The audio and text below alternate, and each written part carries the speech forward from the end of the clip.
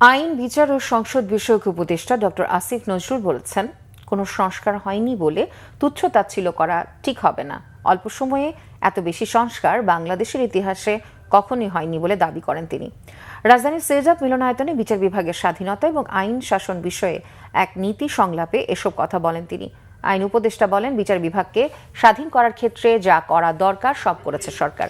তিনি বলেন, জবাবদিহি ছাড়া উচ্চ আদালতের অসীম স্বাধীনতায় প্রত্যাশিত সুফল সবসময় পাওয়া যায় না।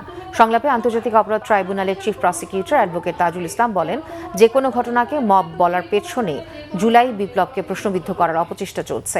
এটি বরদাস্ত করা হবে না। তবে রুহিন হোসেন প্রিন্স ও নীলোফার চৌধুরী সহ মণিসহ অন্য রাজনীতিবিদরা বলেন, দেশে আইনের শাসন চাইলে কোনোভাবে মবকে উস্কানি দেয়া যাবে না।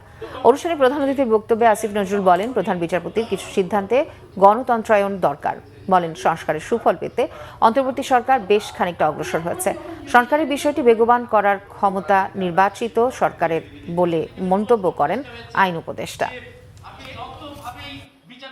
তো কোনো সংস্কার হয়নি এটা ঠিক না, যথেষ্ট সংস্কার হয়েছে সময়ের বিবেচনায়। হয়তো আরো হতে পারতো, কিন্তু আমরা মনে করি আমাদের সময়ের সর্বোত্তম ব্যবহার করার চেষ্টা করেছি।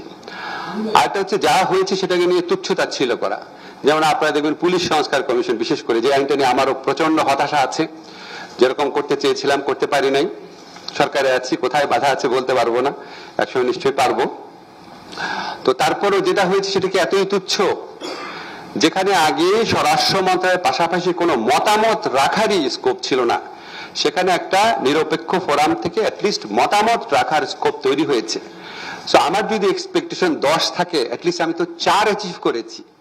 যেটা অ্যাচিভ করেছি সেটা বলেন, বলে তারপর বলেন যে আরো করা অনেক উচিত ছিল। যেভাবে উড়িয়ে দেওয়া হয়, মনে হয় যেন আইনটা না করলেও কোনো সমস্যা ছিল না।